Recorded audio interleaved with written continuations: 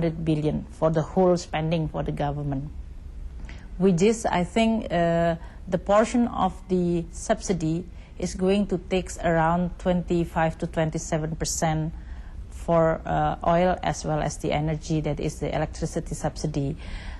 Qua structure, our budget is certainly not the ideal one. But when you ask about whether the situation is going to be stuck or not, no, certainly not. It is going to be still financeable.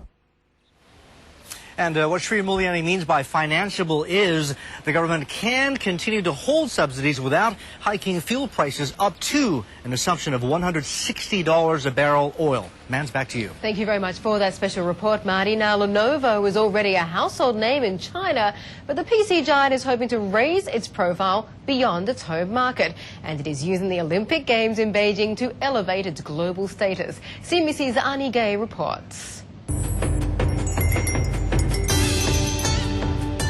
Lenovo is going for Olympic gold. It's the only Chinese company to be a global Olympic sponsor, estimated to have spent at least $100 million in sponsoring the games. 24,000 desktops, 800 notebooks, 700 servers, and nearly 600 engineers. That is Lenovo's IT contribution to the Beijing Summer 2008 Olympics, all part of a bigger push to make Lenovo not just a Chinese PC company, but a global PC company. Lenovo bought IBM's PC business in 2004, one of the first global purchases by a Chinese company. It's since been leveraging on the IBM ThinkPad platform, but internationally, it's still widely known as a Chinese PC company. I think Lenovo has a big job still to do overseas to build its brand and to replace IBM, but it's working on that. It's working on some good strategies for that. So what we hope to accomplish after the Olympic Games is for the world to know that there's a player, Lenovo, that builds the best engineered PCs. Lenovo also forked out millions of extra dollars to be one of only 3 companies to sponsor the torch relay, which included designing the torch. Its Beijing team took 10 months to come up with a swirling cloud circle atop the torch, which was painted red, Lenovo's colors. But being the only Chinese company to be a global Olympic sponsor also put Lenovo in an unexpected spotlight. This happened when China's human rights record came once again under international scrutiny after Beijing's security clamped down in Tibet. The ensuing violent protest about China's rule in Tibet brought international condemnation against Beijing and tarnished Lenovo by association. Many protesters called for sponsors to withdraw or at least speak out on the controversies. Lenovo's Advani was caught off guard by the rhetoric.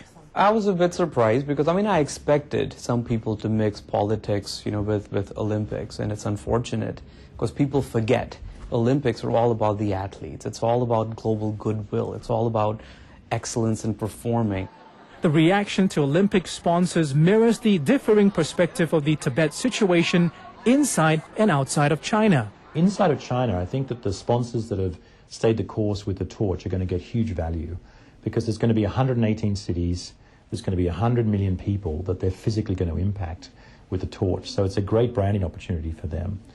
Outside of China, it's been a tough PR exercise for all of the companies, and they've just managed it the best they can. I think they've taken the right line, saying that their corporations can't get involved in these kind of politics. I do think that companies have to be skillful in terms of PR, so that the American public and the Western public understands that Tibet is a complicated issue, and sponsors are not just selling out. I think that sponsors have a lot to be proud of in terms of how they are helping the Chinese people.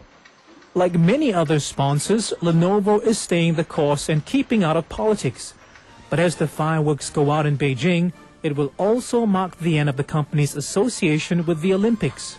Lenovo will instead be looking at exploring more global sponsorships as it continues the race to build its brand internationally. Arnold Gay, CNBC in Beijing. We will continue our series next Friday with a look at China's efforts to put up a Green Games. In the meantime, Morning Call is coming up next on Squawk Box.